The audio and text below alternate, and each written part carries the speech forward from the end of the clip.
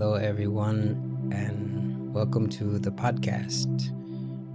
I am your host, Soren Zen, and I would like to invite you all to unplug for a minute. This is your time to relax and let go of all your worries and concerns and stress. This is you time, and we are going to go on a journey together because I want to explore impact of technology, specifically our smartphones, and think about ways we can balance our life and keep our creativity and freshness. I am Soren Zen, and I will guide you on this journey of mindfulness and consciousness. So please get in a comfortable position, maybe sitting in a chair or sitting in a cushion or lying down on your bed. The most important thing is that you are comfortable and relaxed. And I want you all to take a deep breath in, breathe out. So I want to make a confession. My smartphone has completely hijacked my mind. And I'm not proud to admit this because I'm supposed to be the Zen guy, right? I'm supposed to be the mindful guy. But I know you know the feeling, that urge, that impulse to check your phone every 5 minutes, only to go endless scrolling, consuming content without ever absorbing it. Never really focused on one thing. It's become second nature. And I'm realizing that my creativity and awareness have taken a backseat. My attention span is dwindling. I've always been a creative person, like a completely out of the box kind of person. But I find myself less excuse me, less inspired, less motivated, less in control, less interesting. The constant distraction of my phone has dimmed my light, and the spark of originality that used to flow so effortlessly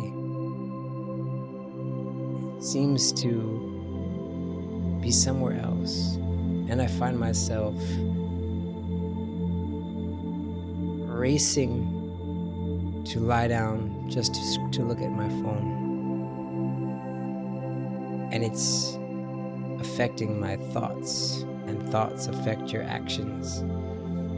So when a lot of people talk about the law of attraction, but I see it as the law of karma. It's when we think of karma, we think of like actions, right? A good action will produce a good reaction. but karma is also about thoughts. And with positive thinking, positive things can come. That's kind of the law of attraction, right? We can manifest things. But it's really hard to do this when your mind is hijacked by garbage. So, I'm admitting this because I'd be a hypocrite not to. And I teach about technology. My channel is about Zen. So if I'm not honest, I would be a fraud. So I've decided to take on a challenge, a 30-day digital detox. No smartphone. Just me and the world around me. Raw, unfiltered. Letting go of the noise and rediscovering Zen, mindfulness. Now, I will say, I'm not going overboard here. I'm not going to jumping from one extreme to the other. The middle way. I will still use technology. I will document this challenge on YouTube. You can stay tuned to my videos to see. And I will still use my computer, and I will use my phone only for Google Maps. So I will leave my phone in my car and only check Google Maps so I know where I'm going. But the point is, I won't have that thing in my pocket that I can just go to every moment, every break. I'll cut that.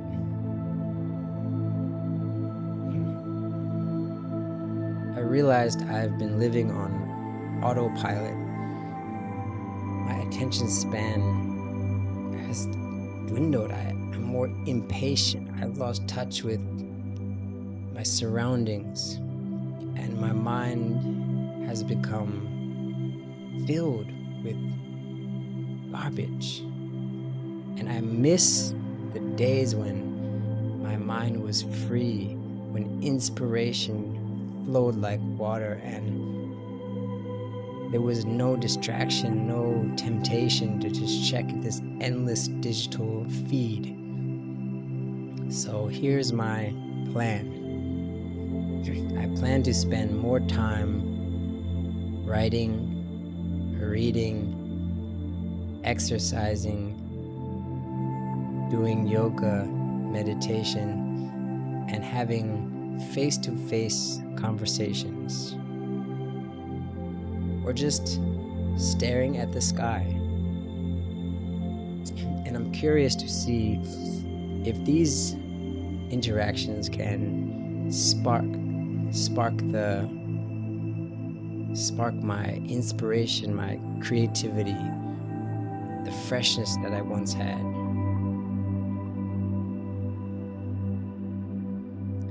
Will I feel more conscious and connected to the world around me? This is what I want to know. A lot of people, I've had friends say, it's not realistic. My fiance said, are you sure? Because people cannot imagine living without a smartphone anymore.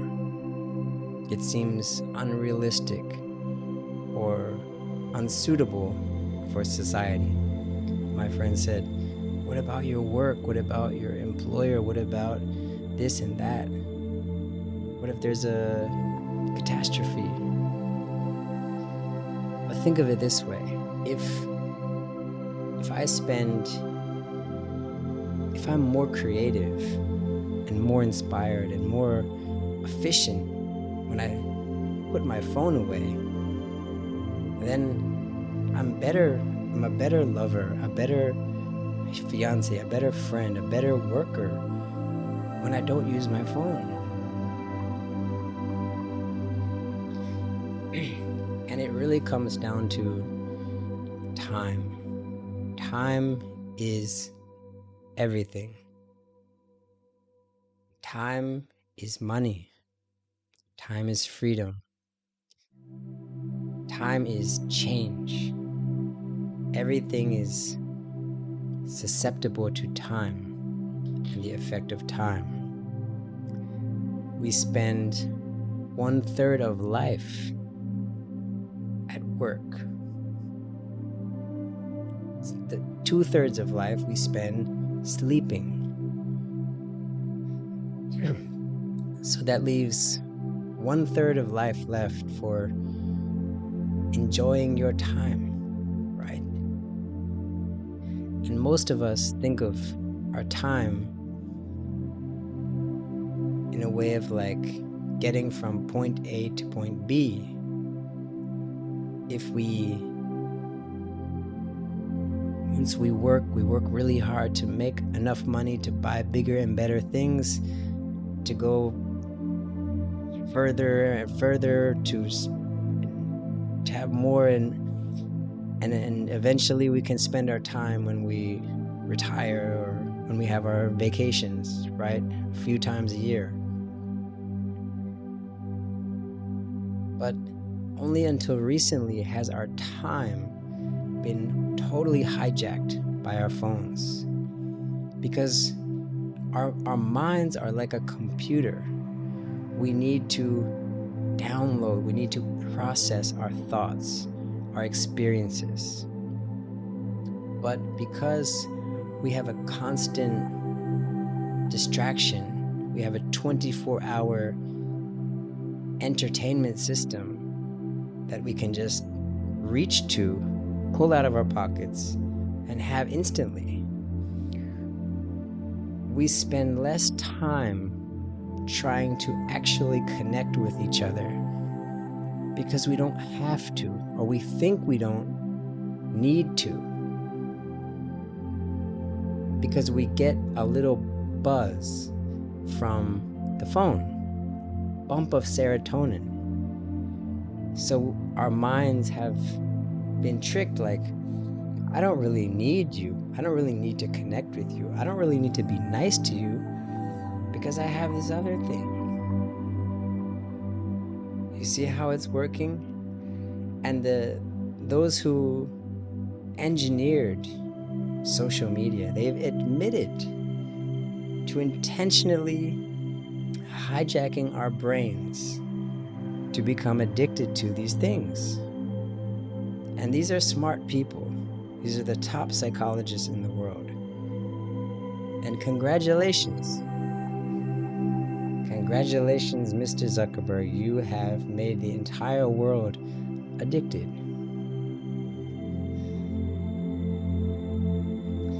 You have captured our attention. But what's happening is when you don't have time to process, to contemplate,